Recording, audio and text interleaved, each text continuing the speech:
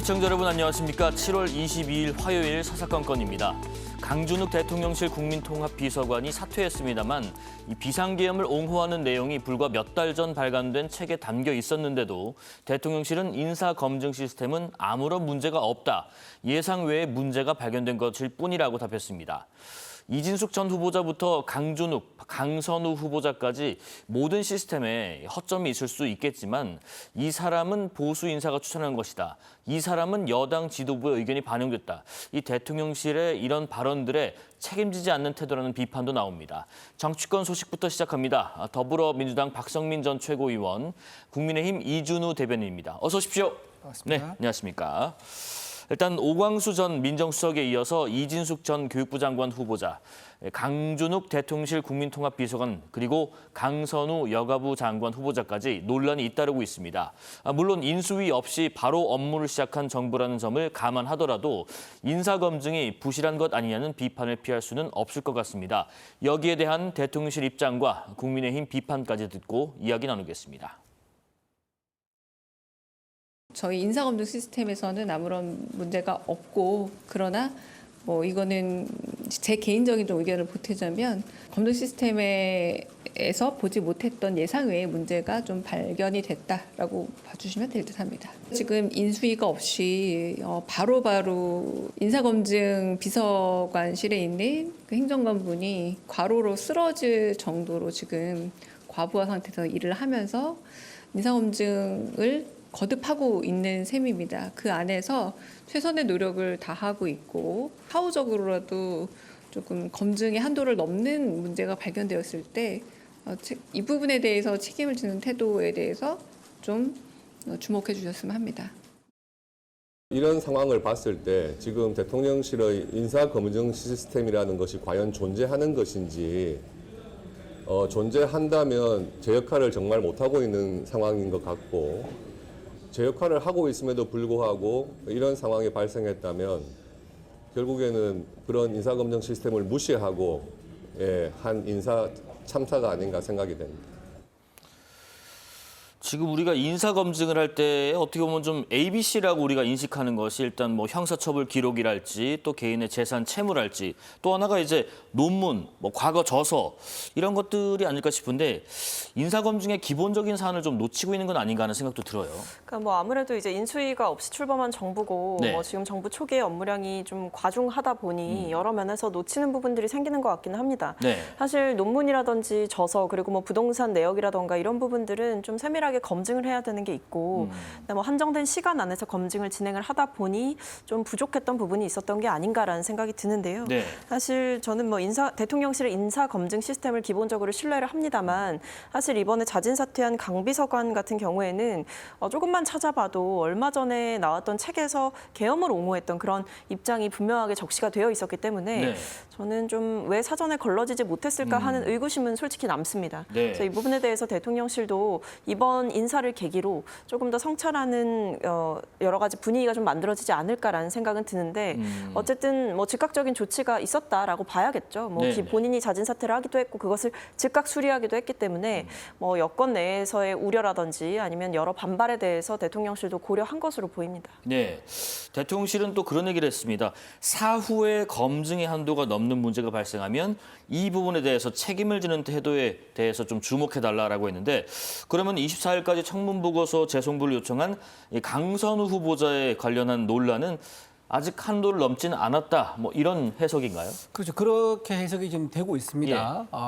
근데 사실 지금 국민 여론들은요, 지금 한도를 넘어도 한참 넘었다. 이미 천장까지 뚫고 한참 넘은 상태이고 국민의 인내심도 지금 바닥에 난 상태다라고 말씀드릴 수 있습니다. 갑질이 과연 어느 정도로 갑질이 심해야지만 낙마를 할 수 있느냐라는 질문에 그 기준을 한번 제시해 보세요. 라면 민주당에서 제시를 할 수 있겠습니까? 응급실 신뢰갈 정도로 갑질을 했다. 그러면 낙마하겠다라는 그런 기준을 마련할 수 있겠습니까? 그럴 수 없는 거죠. 지금 나온 갑질만 하더라도 때와 장소로 그리고 대상도 가리지 않았습니다. 본인 직원, 본인을 위해서 가장 헌신하고 있는 직원들에게 갑질한 것도 모자라서 병원에 가서 병원 의료진에게 갑질을 했었죠. 방역 지침을 어기게 갑질을 했었고 그 의료진은 결국 울음을 터뜨려 했습니다. 그리고 본인이 여당일 때 민주당 문재인 정부 시절이었죠. 예. 그때 문재인 정부 시절에 했던 여가부 장관에게까지 갑질을 했고 그때 그 당시에 여가부 장관이 이번 인사청문회를 보면서 굉장히 좀 참으려고 했을 겁니다. 왜냐하면 민주당 지지했던 이제 분이시고 민주당에서 장관까지 했었던 분이니까 그럼에도 불구하고 이건 도저히 아니다라는 이제 판단을 하신 것 같아요. 또 그리고 여가부에 있는 공무원들이 아마 전임 장관에게 좀 SOS를 친 거 아닌가. 장관님, 지금 이렇게 갑질 논란에 많은 분이 여가부에 온다고 하는데 장관님 정도가 나서 주셔야지 이게 좀 정리가 될 것 같습니다. 우리 여가부는 도저히 이렇게 갑질의 여왕이라는 비판을 받는 분을 모시고 의를 위한 그런 정책들 펼치지 못하겠습니다. 라고 하면 얘기를 해가지고 전 여가부 장관이 나선 정도가 됩니다. 그래서 지금 네. 지금 강선우 의원이 결국 아주 유명한 영상이 있지 않습니까? 이재명 야당 대표 시절에 단식할 때 이부자리를 깔아주지 않습니까? 이부자리 깔아주고 장관 자리 챙기는 거 아니냐 이런 조롱 섞인 비판까지 받고 있는데 굳이 이렇게 무리해서 해서 국민들 다수의 의리인 국민들을 이 더운 날씨에 더 열받게 할 필요가 뭐가 있느냐 그런 생각이 듭니다. 사실 뭐 그 인사의 지명이 있은 후에 이 사람이 어떤 사람인지 자제를 됐는지 뭐 청문회도 거치고 또 만약에 부족하다면 지금처럼 이렇게 철회도 있고 또 믿고 갈 수도 있다라고 신임을 하는 경우도 있는데 그런 건 둘째 치더라도 이런 얘기가 좀 있습니다. 지금 계엄을 옹호한 강준욱 비서관에 대해서는 보수계 인사 추천이었다. 또 갑질 논란이 지금 있는 강선 후보자에 대해서는 여당 지도부의 의견을 따른 것이다라는 입장을 지금 대통령실에서 안팎으로 내고 있는데 그러다 보니까 마치 이 대통령실에서 한 인사를 책임을 전가한 듯한 발언하는 게 아닌가라는 부분은 좀 적절하지 않다는 지적도 있습니다. 어떻게 근데 생각하세요? 저는 이게 뭐 책임을 전가하는 발언이었다기보다는 네. 배경을 설명하고자 했던 그 내용 중에 나왔던 거다라고 말씀을 드리고 싶습니다. 네. 뭐 지금 여당 지도부의 의견을 따른 것이다라고 강선우 그 장관 후보자에 대해서 말씀하신 부분은 여당 지도부 때문에 결정을 했다라는 것이 아니라 긍정 의견과 부정 의견 모두 종합적으로 허심탄회하게 이제 보고를 했고 그 부분에 대해서 대통령이 고심하는 시간이 있었고 그리고 이제 다만 어떤 이유를 설명하시지 않고 결단을 내려서 이제 전달을 해주셨는데 그 부분에 대해서 정무수석께서 생각하시기에는 여당 지도부의 여러 가지 얘기가 많이 반영이 된 것 같다라는 취지로 이 맥락을 풀어서 본인의 생각을 좀 전하신 것이라서 저는 이 부분을 마치 대통령실에서 다른 주체에게 책임을 전가하고 있다 이렇게 보지는 않고 네. 왜 이런 결단을 내렸는지에 대한 여러 가지 추측과 여러 가지 설들이 있다 보니까 선을 그을 것은 긋고 다만 추측해 볼 수 있는 배경들에 대한 약간 부가적인 설명이 있었다 이렇게 보이는 것이고요. 네. 강준욱 비서관 같은 경우에도 보수계 인사가 추천했기 때문에 대통령실은 뭐 책임이 없다 이런 부분이 아니라 일단 왜 이런 사람이 추천이 되었는가에 대한 질문이 빗발치다 보니 예. 시작은 보수 쪽에서 이제 추천을 받은 것이고 국민통합에 의지가 있는 대통령이 임명을 했으나 이 과정 가운데에서 좀 미처 검증하지 못했던 부분이 드러났고 문제가 됐다. 근데 결과적으로 책임을 지는 모습을 보였기 때문에 이 부분에 좀 주목해달라라는 취지의 설명이라서 이 역시도 보수계 인사가 추천을 했기 때문에 대통령실이 책임이 없다 이런 부분이 아니라 여러 가지 상황이라든지 맥락에 대한 질문이 있기 때문에 부가적인 설명으로 덧붙인 것이다 이렇게 보입니다.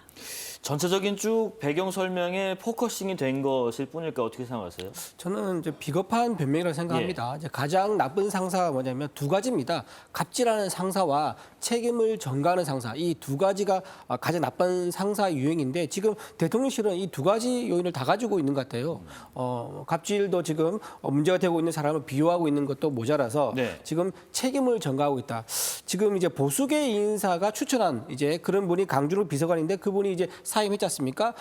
보수계 인사가 추천했기 때문에 내가 임명을 했다라고 하면서 마치 그 보수계 인사에게 즉 정규재 씨로 좀 알려져 있는데 정규재 씨한테 책임이 있는 것처럼 얘기를 하고 있는데 이건 굉장히 잘못된 거죠. 왜냐하면 택시를 타고 가는데 택시 기사에게 신호 위반하고 갑시다. 해서 택시 기사 신호 위반하면은 경찰이 딱지를 뗄 때 택시한테 딱지를 뗍니까? 손님한테 딱지를 뗍니까?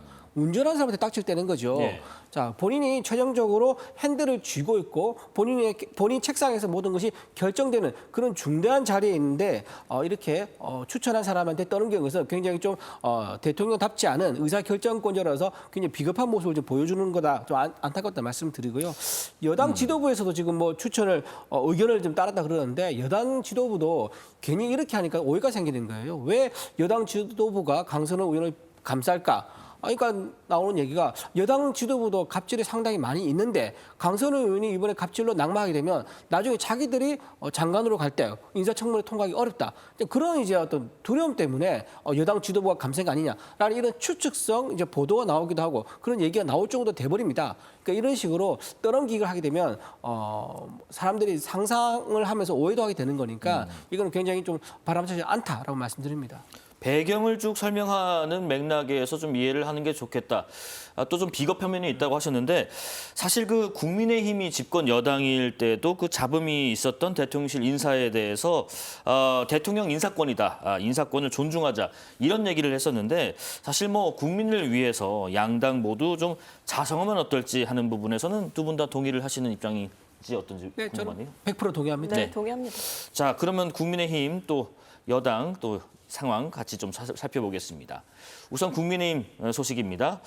이준 대변인, 지금 전당대회 불과 한 달 정도 앞두고 있는데 이 어느 후보가 나오는지 뭐 어느 정견이 있는지 뭐 이런 것보다도 지금 이른바 뭐 극우와 이 내란 프레임 안에서 계속 뱅뱅뱅뱅 돌고 있는 느낌인데 당내에서도 그렇게 좀 인식하고 있나요?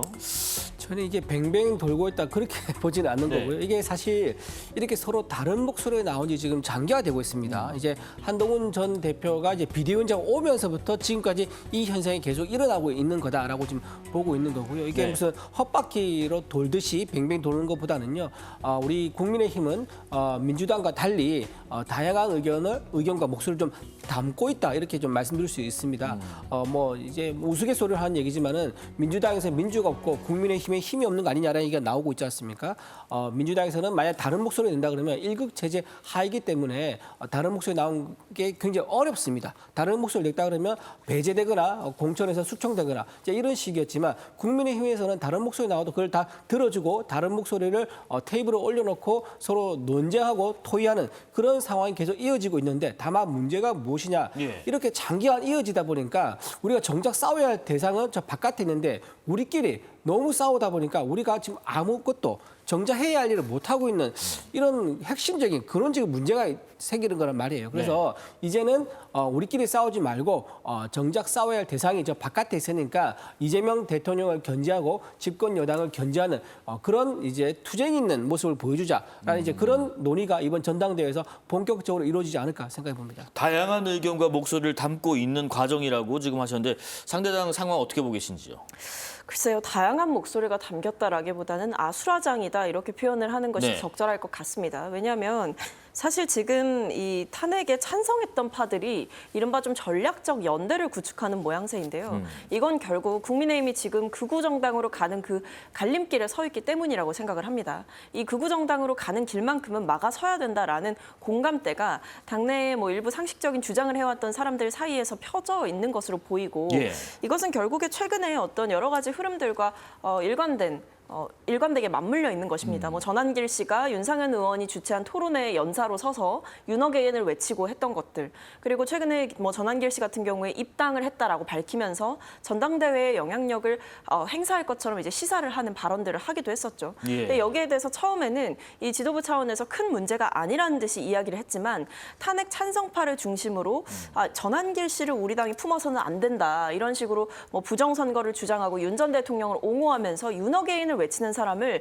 당이 품게 되면 당이 돌이킬 수 없는 수렁으로 빠져든다 이런 위기의식이 작동하는 것이기 때문에 지금 국민의힘 내부에 여러 가지 벌어지고 있는 설전들 언제까지 사과만 할 거냐라든지 아니다 그래도 부족하다 계속 사과해야 하고 실질적인 절연을 이뤄내야 된다 이런 얘기가 부딪히고 있는 상황은 그만큼 당내에서 상식적인 주장이 힘을 받지 못하고 있는 상황을 역설적으로 보여주는 것이고 여전히 당이 이렇게 혁신과 변화의 길로 나아가지 못하는 것은 여전히 당내에서 주도권을 잡고 있는 세력들이 뭐 이른바 과거 친윤 주류 세력들, 영남권 주류 세력들이 여전히 기득권에 매몰되게 되면서 변화 쇄신의 길보다는 본인들의 입맛에 맞는 혁신만을 선택하려고 했기 때문에 이런 사태가 벌어졌다라고 생각이 듭니다. 어때요? 지금 친한계 인사가 그런 얘기를 하더라고요. 그 한동훈 전 대표의 출마 여부가 이번 주에 좀 밝혀질 거라고 하던데 이게 지금 초반에는 글쎄 또 당대표를 했던 사람이 또 이번에 또 당대표를 나올까라는 의견도 있었습니다만은 당내에 이런 말씀하신 극우적인 행보를 좀 보면서 점점점 출마 쪽으로 기운다라고 하더라고요. 왜 그런 건가요? 그러니까 이게 사실 한동훈 전 대표 입장에서는 최근에 이 원내대표 선거 결과를 보면서 네. 이게 여전히 친윤 세력들 중심의 이 구심력이 여전히 건재하기 때문에 사실 나가도 뭐 좋은 모습을 보여주기도 어렵고 결과적으로도 좀 힘들 것 같다라는 판단을 했을 것 같습니다. 네. 근데 지금 보면 이게 이렇게 냅뒀다가는 정말 끝까지 가겠구나, 당이 정말 자멸의 길로 가겠구나, 이런 여러 가지 위기의식을 느꼈을 수는 있겠다라는 생각이 들고요. 뭐 한동훈 전 대표뿐만 아니라 이제 여러 뭐 의원들이라든지 혁신위 차원에서도 얘기가 나오고 있기 때문에 이들과의 전략적인 연대를 통해서 이른바 이 국민의힘의 상식선을 지켜내야 된다라는 그런 사명감을 좀 가질 수 있는 상황이 아닌가 싶습니다. 지금 그 홍준표 대구시장이 그런 얘기했습니다. 일단은 뭐 곧 해산될 당에 안 가겠다라고 얘기하면서 난파선 선장이라도 하려고 몸부림치고 있다면서 평가절하를 했습니다. 비상계엄의 단초를 제공한 친윤, 친한을 모두 축출하고 새로운 정통 보수주의자들이 모여야 국민의 신뢰를 회복할 수 있지 않겠느냐. 자신을 중심으로 보수 진영을 재편하자, 뭐 이런 뜻일까요? 이제 본인은 이제 제3지대의 목소리를 내는 것 같습니다. 예. 제3지대, 그러니까 친윤과 친한을 배제하고 제3지대, 여기에 내가 진짜 보수를 만들 테니까 나랑 같이 가자라는 그런 3지대를 만드는 것 같은데 제가 보기엔 이게 성공할 가능성이 매우 낮아 보입니다. 첫 번째, 크게 세 가지 이유가 있는데요. 네. 첫 번째는 일단 기반이 약합니다. 본인이 일단 지난번에 정계 퇴진, 이제 은퇴 선언을 했지 않습니까? 네. 은퇴 선언을 했고 원내에서 지금 홍준표 이제 전 대구시장을 지지하는 분이 거의 없습니다. 고 심지어는 TK에서도 홍준표 지지율이 굉장히 많이 떨어진 상황인 거죠. 그래서 본인을 지지하는 기반 세력이 굉장히 약화되어 있는 상황이다. 두 번째 이유는 구시대 인물이라는 것이 있습니다. 본인이 과거에 썼던 책 제목에 변방이라고 있습니다. 2009년도에 쓴 책인데요. 이분은 1996년에 처음으로 15대 국회의원부터 정치를 시작합니다. 그러면서 국회의원 5번, 도지사 1번, 대구시장까지 했는데 아직까지도 본인은 변방에 있다 그러면 어떻게 합니까? 본인도 최근에도 본인은 이제 변방이라는 브랜드를 내세워가지고 네. 변방에서 중원으로 가겠다라고 했는데 96년 이후부터 2025년 지금까지도 변방에 머물러고 있는 이런 이제 홍준표 전 대구시장의 구시대적 인물로 보이기 때문에 한계가 있을 것이다라고 말씀드리고요. 마지막으로는 이재명 대통령과의 우호적인 행보를 보이는 거 이게 좀 굉장히 좀 발목을 잡을 거라 봅니다. 실제로 이번에 이재명 정부가 들었을 때 초대 국무총리로 거론됐었고 보도가 됐었습니다. 본인도 명확하게 부인하지 않고 모호한 입장을 취하기도 했었죠. 이렇게 이재명 이제 대통령 이제 좌파 정부 진보 진영과 함께 하겠다는 그런 모습을 보인다 그러면 즉 민주당과 싸우지 않고 뭔가 같이 갈 수 있다. 그런 모습을 보여주면서 싸우겠다는 결기를 안 보여준다 그러면 과연 독자적인 세력을 만들 수 있겠느냐 하는 또 그런 부분이 있는 거예요. 그래서 이 세 가지 이유 때문에 실제로 제3지대를 만드는 것은 아마 본인은 만들 수 있겠지만 본인이 생각한 그런 어떤 그림이나 어떤 세력화는 굉장히 어렵지 않을까 생각합니다. 다음 달에 국민의힘 전당대회 끝나고 이제 9월에 홍카콜라 TV를 통해서 다시 한번 이렇게 짠 하고 나타나겠다 했는데 정계 복귀를 좀 시사를 하면서 동시에 지금 말씀하신 것처럼 가능성이 좀 작아 보이나요? 이렇게 좀 다시 한번 올라서기에. 저는 홍준표 전 대구시장은 사실 정치를 은퇴하신 적이 없는 것 같아요. 네. 정계 은퇴를 하셨지만 그것은 사실 국민의힘에서 은퇴를 하신 것이지 정치에서 은퇴를 하신 것은 아닌 것 같습니다. 그래서 지금 홍준표 전 대구시장이 이렇게 국민의힘을 저격하면서 새로운 정통 보수주의자들을 언급한 대목이 굉장히 의미심장한데 본인을 주축으로 해서 보수의 새로운 집을 짓겠다라는 생각이 있는 게 아닌가라는 생각이 들고요. 그런 의미에서 홍준표 전 대구시장이 이제 앞으로 보여줄 정치 행보는 아마 국민의힘을 정면으로 저격하고 국민의힘의 낡고 어떻게 보면 굉장히 좀 구시대적인 발상들이라든지 구태스러운 모습들을 저격하고 그것을 돌파하면서 본인이 보수의 새로운 대안이 되겠다라는 생각이 있으신 게 아닌가. 사실상 홍준표 전 대구시장 발로 신당을 만들려는 움직임이 아닌가 혹은 신당까지 가지 못하더라도 보수 세력들 중에서 좀 합리적인 생각을 가진 사람들 혹은 탄핵에 찬성하고 계엄에 반대했던 사람들을 중심으로 정치적인 연대의 세력을 꾸리려는 게 아닌가라는 생각이 듭니다. 예, 특검 관련 이야기로 넘어가 보겠습니다. 지금 구속 상태인 윤석열 전 대통령이 2달 만에 옥중 메시지를 냈는데 이렇게 했습니다. 말도 안 되는 정치적 탄압은 저 하나로 족하다.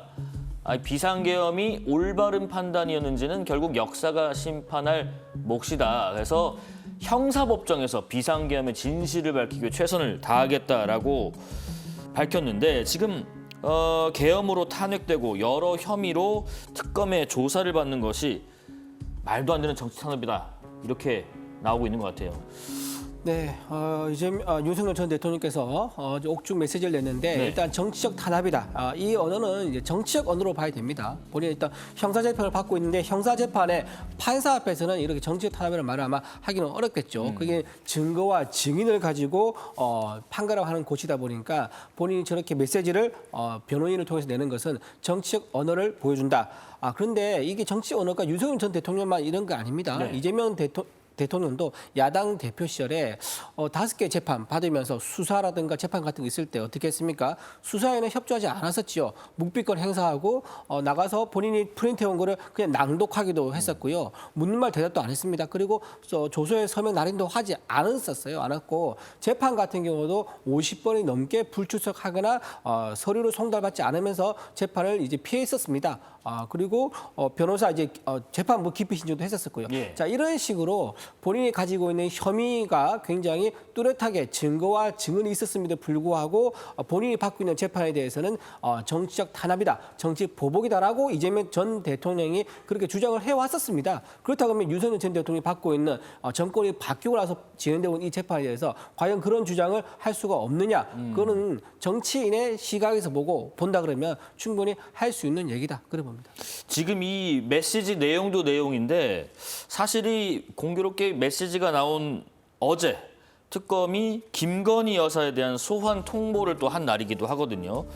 그러다 보니까 그동안 재판과 특검 조사에서 불출석하던 윤 전 대통령이 형사법정에서 최선을 다하겠다 이런 의지를 밖에 알린 건 어떤 의도가 있을까? 또 어제 김건희 여사에 대한 소환 통보와 이 메시지가 나온 그 맥락상 연관성도 있을까 궁금합니다. 그러니까 뭐 김건희 여사 건들지 마라는 건들지 게 마. 일단 네. 첫 번째 경고의 메시지가 아니었나라는 생각이 들고요. 두 번째는 이제 정치적으로 지지층들을 결집시켜서 조금이라도 본인에게 유리한 여론의 흐름을 만들어 보려는 뭐 최후의 발악이라고 볼 수가 있겠습니다. 근데 놀랍게도 이제 둘 다 별로 의미가 없죠. 뭐 김건희 씨 같은 경우에는 뭐 수순대로 수사를 받게 될 거고 지금 뭐 소환 통보도 간 상황이고 혐의가 굉장히 많습니다. 그래서 뭐 수사를 피해가기는 어려운 상황인 것이고 네. 이거는 법적으로 그냥 가면 될 일입니다. 그리고 그 뒤에도 정치적으로 선동을 자꾸만 시도를 하고 자꾸만 피해자 코스프레를 얘기를 하시는데 사실 앞뒤가 맞지 않는 메시지입니다. 그렇게 떳떳하다라고 한다면 본인이 특검의 어떤 여러 가지 수사가 부당하다라고 주장을 한다면 사실 오히려 그럴수록 더 응해야 되는 게 아닌가 싶습니다. 네. 본인의 정당성이라든지 떳떳함을 주장하고자 한다면 이런 식으로 특검의 소환 조사에 응하지 않거나 아니면 내란 재판을 계속 출석하지 않으면서 공전시키는 이런 방식을 택하는 것은 매우 부적절합니다. 그래서 저는 결국에는 이 형사법정에서 최선을 다하겠다라는 거는 특검과의 기싸움을 이어가겠다라는 선전포고라고 보고요. 이것은 사실 본인에게도 매우 불리할 뿐만 아니라 국민들이 보시기에도 매우 부적절하고 사실상 명분 없는 그런 뭐 일종의 행패를 좀 부리고 있다라고 봐야겠습니다. 일단 뭐 그 아내 김건희 여사에 대한 소환 통보에 있어서 건들지 마라. 그 나 하나 족하다. 이런 식으로 지금 해석을 하셨는데 하나 곱씹어볼 만한 대목이요. 형사법정에서 최선을 다하겠다. 이 말은 앞으로도 조사 대신에 재판만 받겠다. 뭐 이렇게 해석을 할 수도 있나요? 좀 그렇게 좀 해석되는 것 같아요. 예. 그러니까 수사보다는 이제 공판장에 가서 거기서 판사 앞에서 진술을 하겠다. 판사 앞에서 내가 억울한 부분에 대해서 적극적으로 소명하겠다라는 그런 취지를 보이고요. 네. 수사를 하다 보면 아무래도 수사를 할 때는요 답을 정해주거나 답을 정해진 상태에서 몰아가거나 또는 이제 취사 선택하는 거죠.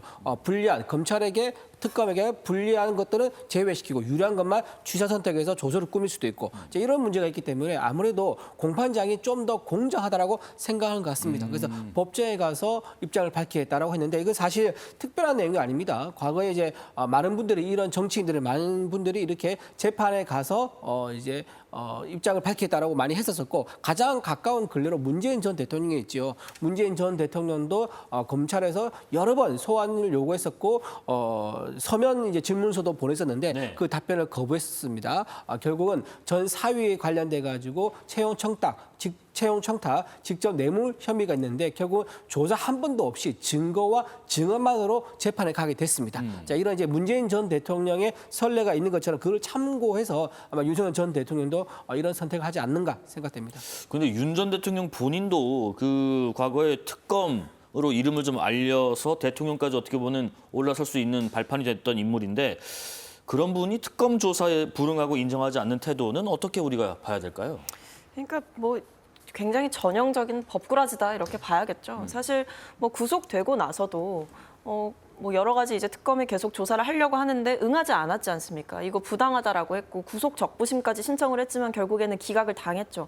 이 모든 거는 사실은 형사 사법 체계에 대한 전문가로서 평생을 살아온 윤 전 대통령의 네. 그 여러 가지 지식의 수준에서는 사실 다 아는 내용일 겁니다. 이 구속이 정당한 구속이라는 거, 그리고 특검이 구속된 이 피해자에 대해서 조사를 하려고 하는 거 당연한 수순이라는 걸 알 텐데도 뭐 건강상의 이유다 혹은 뭐 이 특검의 여러 가지 행태가 부적절하다, 매우 부정의하다 이렇게 주장하는 것은 사실 정말 좀 망상적 세계관에 갇혀 있다라고 봐야겠죠. 네. 그리고 앞서도 제가 뭐 앞뒤가 안 맞는 주장들을 한다라고 말씀을 드렸는데 건강상의 이유 때문에 본인 석방돼야 된다라고 주장을 하셨잖아요. 그 역시도 앞뒤가 맞지 않습니다. 왜냐하면 모스탄 대사를 접견을 하려고 시도를 했어요. 건강상의 이유 때문에 식사도 잘 못한다 그러지, 재판도 못 나간다 그러지, 특검의 조사도 못 받겠다 그러면서 모스탄 대사 접견할 힘은 있습니까? 그러니까 이런 부분들이 다 앞뒤가 안 맞는 겁니다. 그래서 저는 그런 부분들을 법원에서 현명하게 좀 잘 판단을 하셨다라는 생각이 드는데 네. 지금 이런 윤 전 대통령의 말도 안 되는 주장들은 결국 계속해서 피해자 코스프레를 하면서 지지층들에게 계속 어떤 먹잇감을 던져주려는 의도인 것이고 정치적인 선동을 꾀하는 것이고요. 또 한편으로는 어떻게든지 간에 시간을 조금이라도 지연시키고자 하는 본인의 의도가 담겨 있는 것으로 보여서 네. 이것은 매우 불순한 행태다 이렇게 보입니다. 제가 좀 한마디 안 보탤 수 말씀하십시오. 없어서 말씀드리는데 네. 모스탄 대사의 접견 관련에 대해서 윤석열 전 대통령이 접견을 시도했다고 얘기하는데 접견을 신청한 사람은 모스탄 대사지요. 모스탄 대사가 언론에 대고 접견하겠다라고 얘기를 했던 거고요. 윤석열 전 대통령은 지금 이미 구금돼가지고 몸이 구치소에 있는 상태 아닙니까? 안에 있는 분이 어떻게 접견을 시도를 할 수 있습니까? 가만히 지금 독방에 앉아있는 상태인데 뭔가 대외적으로 활동한 것처럼 오해를 살 수 있게 말씀하신 것 조금 사실관계가 맞지 않다는 말씀을 드리고요. 네. 또 하나 지금 뭐 아까 말씀하시면서 윤석열 전 대통령이 본인이 혐의가 그 당당하다 그러면 나서가지고 재판에 임해야 되지 않느라고 말씀하시지 않습니까? 그 사실 이제 이재명 전 대통령도 너무 똑같은 얘기죠. 이재명 전 대통령 우리가 국민의힘에서 늘 얘기했었습니다. 아니 이렇게 불안한 사법 리스크를 안고 대선에 나가면은 대통령 당선돼도 무효될 수 있으니까 그러지 마시라. 본인이 당당하다고 늘 얘기해왔으니까 빨리 재판 받고 끝내서 거기서 무죄 받고 당당하게 나가시라고 우리가 여러 번 권유를 했었습니다. 예. 그런데 어떻게 했습니까? 단 한 번도 제대로 나가서 재판 받은 적이 없습니다. 그러니까 이게 부메랑인 거예요. 이재명 대통령 관련된 혐의에 대해서는 재판이 부당하다고 얘기를 하면서 윤석열 전 대통령에 대한 재판은 정의롭다고 하다 보니까 이게 말이 앞뒤가 안 맞는 거죠. 네네. 지금 김건희 여사 측에서는 특검 수사에 최대한 협조할 예정으로 알려졌는데 하지만 그동안 검찰이 3번이나 소환했지만은 그때마다 대선에 영향을 미칠 수 있다. 또 특검이 출범했으니 검찰 조사는 필요 없는 거 아니냐 등등 또 건강 문제 등을 이유로 응하지 않았는데 이번에는 어떨까 싶습니다. 박수미 최고위원. 뭐 이번에도 여러 가지 핑계를 대면서 응하지 않으면 그 뒤에는 또 강제적인 조치가 있겠죠. 그래서 저는 김건희 여사 측에서 더 이상 이제 빠져나갈 명분은 없다라는 생각이 들고 네. 지금 보면 뭐 혐의 사실이 지나치게 많으면 뭐 방어권 보장 차원에서 특정해 줄 것을 요청한다라고 했는데 이거는 전적으로 특검이 판단을 하는 거죠. 그래서 저는 김건희 씨 측에서도 여러 가지 조건부 협조를 이야기하지 말고 전적인 협조를 해야 될 때다라고 말씀을 드리겠습니다. 네네. 그래서 지금 뭐 혐의가 한두 개가 아니잖아요. 주가 조작부터 시작해서 공천 개입이라든지 뭐 그 외에도 여러 가지 일들이 있습니다. 그러니까 이런 부분들에 대해서 전방위적인 조사가 필요한 상황이고 결국 윤 정권 동안에는 윤석열 정권 동안에는 이런 김건희 씨와 관련한 수사가 굉장히 미온적이거나 고의적인 어떤 무혐의 처분을 했다라고 볼 만한 정황들이 지금 상황에서 많이 드러났기 때문에 앞서 말씀드렸던 말씀드렸듯 조건부 협조를 할 것이 아니라 전적인 협조를 해야 될 때다라고 말씀드리겠습니다. 지금 뭐 혐의 내용이 뭐 열 몇 가지 정도 되다 보니까 이게 특검에서도 한 번 소환 조사에 그칠 수 있을 것인가 하는 얘기도 나오는데 일단 뭐 협조할 예정이다. 이번에는 어떻게 회신을 할지 궁금합니다. 아마 이제 본인이 협조를 할 것이라고 이제 공개적으로 입장을 예. 밝혔기 때문에 아마 협조를 할 것 같습니다. 다만 이제 이제 조사받을 혐의 사실이 너무 많다라고 이제 그 부분을 얘기한 거는요. 네. 검찰 특검에서 이제 몰아가기식이라든가 먼지털이식으로 뭔가 혐의가 나올 때까지 수사를 하겠다, 조사를 하겠다. 이제 이런 식으로 하면 곤란하지 않겠습니까? 그거는 특검의 목적이 안 맞는 거죠. 어떤 식으로든 당신을 범죄자로 만들 거야라고 하는 식으로 특검이 몰아간다면 이건 특검이 아닌 거고 이건 정치가 되는 거죠. 그렇기 때문에 그런 우려가 있는 거에 대해서 특정해 주면 좋겠다. 그러니까 조사의 범위를 좀 좁혀서 특정해 주면 좋겠다는 것은 당연한 어떤 피의자로서의 권리다. 좀 그렇게 봅니다. 예. 이종섭 전 국방부 장관 관련 얘기해 보겠습니다. 2년 만에 최상병 사망 사건의 이첩 보류, 그러니까 언론 브리핑 취소 지시 직전에 윤 전 대통령에게 전화를 받았다라고 얘기를 했습니다. 먼저 과거 버름부터 잠깐 보겠습니다. 대통령 전화 맞죠? 그건 말씀드리지 않겠습니다. 네, 맞으니까 얘기 못 하는 겁니다. 02800-7070은 대통령이 건 전화예요? 아니라고 말 못하죠? 예, 그 부분 답변 드리지 않겠습니다. 지금 이종섭 당시 국방부 장관이 02-800-7070으로 온 전화를 받았고 그 통화에서 윤 당시 대통령이 순직한 채 해병 수사와 관련해서 해병대를 탐탁지 않게 여기면서 군에 관한 우려를 표했다라고 밝혔습니다. 그 후에 바로 김계환 당시 해병대 사령관에게 수사 자료를 경찰에 넘기지 말라고 지시했고 이후에 예정돼 있었던 언론 브리핑까지 취소했거든요. 지금 뭐 순직 해병 수사에 대해서 탐탁지 않아서 우려하긴 했는데 경로는 아니었다 뭐 이런 얘기 나오는데 지금 뭐 사실 뭐 크게 화를 냈다 그런 거 들은 적이 있다 뭐 경로까지는 아니었다 여러 가지 얘기가 나오고 이건 개인적인 해석일 수 있겠습니다만은 중요한 건 통화 내용이 뭐였는지 밝히는데 주력하는 거 아닐까 싶기도 해요. 어떻게 생각하세요? 그러니까 결국 대통령이 그 당시에 이제 전화를 했다라는 것 자체가 외압이 될 수가 있는 거죠. 왜냐하면 전화를 한 뒤에 좀 상식적으로 납득하기 어려운 일들이 벌어지지 않았습니까? 뭐 이첩이 보류되고 갑자기 브리핑이 뭐 취소가 되고 사실은 유족에게 설명했던 것과는 전혀 다른 방향으로 흘러갔고 그 뒤에 뭐 박정훈 대령에 대해서도 법적 조치를 취하고 뭐 이런 일들이 쭉 이어졌기 때문에 이것은 사실은 대통령 측에서는 뭐 외압이 아니었다, 뭐 다른 전화였다라고 할지라도 이미 경로 사실을 인정하는 진술이 나오고 있고 그 회의 참석자들과 관련한 압수수색이라든지 뭐 소환 조사 이런 것들이 다 이루어지고 있는 상황이기 때문에 저는 이제 윤 전 대통령이 도망갈 구멍은 없다라는 생각이 듭니다. 그래서 앵커께서 짚어주신 대로 이 통화 내용이 뭐였는지를 밝혀봐야 된다라고 하셨지만 뭐 필요합니다. 하지만 이 통화가 그동안 어떤 이 해병대원 순직 사건에 대한 외압 의혹의 핵심적인 사안이었던 만큼 그리고 그 전화가 있은 뒤로 모든 게 바뀌었다라는 정황들이 다 있는 만큼 여기서 이종섭 전 장관이 과거와 달리 입장을 바꿔서 전화를 대통령으로부터 받았던 게 맞다라고 인정을 했다라는 것은 추가적인 내용들을 더 이야기를 했다라는 것도 설명이 되는 부분입니다. 그래서 저는 이미 이런 이종섭 전 국방부 장관의 실토가 있고 나서는 이제 사실은 인정이 된 거다라고 보입니다. 전화가 왔다는 그 자체로 어떤 강한 신호 내지는 외압이 될 수 있다. 어떻게 생각하세요? 뭐 그렇게 볼 수는 있죠. 의심하는 쪽에서 특검에서는 그렇게 주장을 할 수 있을 것 같습니다. 하지만 지금 이종섭 전 국방장관의 의견에는요. 경로로 느낄 만한 그런 질책은 없었다라고 했습니다. 경로라고 보면 굉장히 주관적이지요. 네. 좀 뭐 강선호 의원 같은 갑질에 대해서는 민주당에서는 그게 오히려 제가 보기엔 객관적인데 갑질도 주관적일 수 있다고 말해서 공분을 사긴 했지만 경로 같은 거야말로 정말로 이거는 주관적인 거죠. 객관적으로 할 수 없는 거 아니겠습니까? 주관적인 부분이고 또 하나 임성근을 제외하라. 사건 이첩 보류하라는 지시도 하지 않았다고 이미 이종섭 전 국방부 장관 의견서가 나왔다고 합니다. 그렇다고 이거는 공판에가 좀 더 따져봐야 될 내용이다라고 생각이 들고요. 전반적으로 보면 윤석열 전 대통령으로서는 국군 최고 통수권자 아니겠습니까? 통수권자로서 어떤 사고가 났을 경우에 책임을 과연 어느 단계까지 물을 것이냐, 1단이냐, 2단이냐, 3단이냐, 아니면 무한대로 올라가서 저 끝에까지 책임을 물을 것이냐, 거기에 대한 의견 정도는 국군 최고 통수권자라서 의견 정도 낼 수 있는 사안이다. 그렇게 봅니다. 지금 그 말씀하신 것처럼 임성근을 제외하라, 사건 이첩을 보류하라는 지시도 안 받았다. 이런 부분도 사실 박정훈 대령 측 얘기와도 좀 배치가 되고 향후에 좀 특검 조사에서 따져봐야 할 부분이 좀 있겠어요. 근데 이미 뭐 특검이 따지고 있죠. 네. 이미 그 2023년 7월 31일 대통령실 회의에 참석했던 관련자들에 대해서 뭐 지금 휴대전화 압수라든지 압수수색을 다 진행을 한 바가 있고 네. 핵심 피의자 뭐 김태효 전 국가안보실 1차장 같은 경우에도 피의자 신분으로 이제 전환이 됐거든요. 원래 참고인 신분이었다가. 네. 그러니까 이런 식으로 이 핵심 주요 인물들에 대한 수사망을 좁혀가고 있고 여러 유의미한 진술들이 나오고 있다라고 언론을 통해 알려지고 있기 때문에 이 외압이라는 외압설이었던 그런 부분들이 실체가 드러나고 있다 이렇게 봐야겠습니다. 예, 사건 이첩을 보류하라는 지시를 받지 않았는데 당시 결론적으로는 이첩을 잠깐 보류가 된 상황. 그렇다면 이거는 자체적으로 판단한 것인가?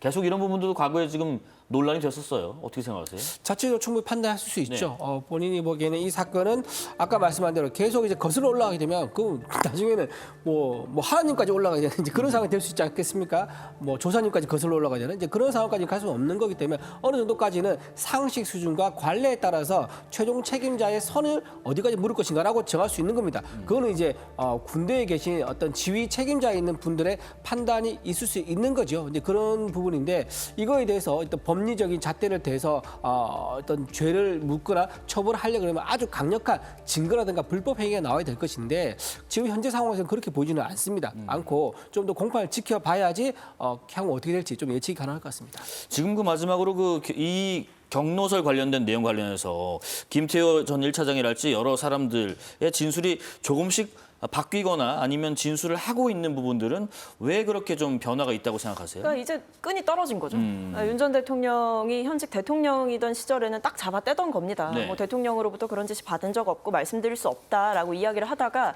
이제 윤 전 대통령이 재구속이 되고 그리고 윤 전 대통령이 또 파면을 당하지 않았습니까? 그러고 나니까 이 뭐 변호인 측의 뭐 입회하에 어떤 회유나 협박을 받을 만한 그런 상황도 조성이 되지 못하다 보니 네. 결과적으로 진실을 말할 수 있는 타이밍이 온 거죠. 그래서 윤 전 대통령이라는 어떻게 보면 뭐 그동안에는 동아줄처럼 여겼을 수 있으나 이제는 그 동아줄이 썩은 동아줄이라는 것을 모두가 알게 되었기 때문에 이제 본인이 받았던 부당한 지시라든지 부당한 외압에 대해서 실토를 하는 것만이 본인들 스스로도 아마 살 길이다라고 판단을 했을 겁니다. 예. 그래서 저는 이제 본인이 살 길이라고 이제 생각했다 그러니까 저도 한 말씀 드리면 네. 그렇기 때문에 이화영 전 부지사가 본인이 살 길 진실을 얘기한 거 아니겠습니까? 이재명 당시 경기지사에게 북한에 쌍방울 통해서 대북 성공했다라고 보고를 했다라고 본인이 처음에 진술했지 않습니까? 그리고 유동규 씨도 마찬가지고요.